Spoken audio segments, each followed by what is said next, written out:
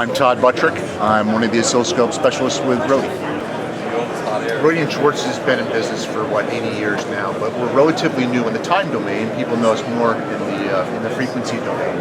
So this is kind of a relatively new segment for us, but we came out with something that's industry leading because we understand about sensitivity, we understand about dynamic range, I think, better than most people.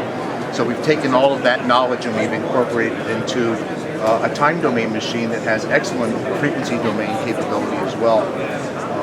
So this is really a design person's tool. At the top end, we go up to 4 gigahertz in a multi-domain kind of oscilloscope that has time domain, frequency domain. We have 16 channels of digital as well, and all of them perform at that same level so that the design engineer has all of those tools at their disposal to be able to get the job done. This happens to be the RTO 2000 series, which is the newest RT series.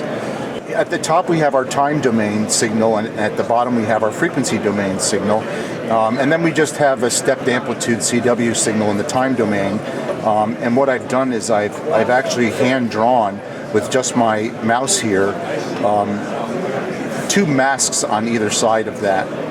Okay? And these masks have attributes, so if something comes into the mask that's not supposed to be there, I can do these kinds of actions. In other words, if that mask gets violated, I could stop the acquisition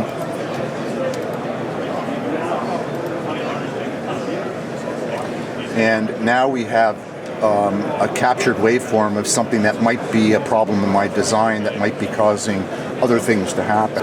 To the design engineer, debug and design requirements for them to be able to validate the design before it goes into production.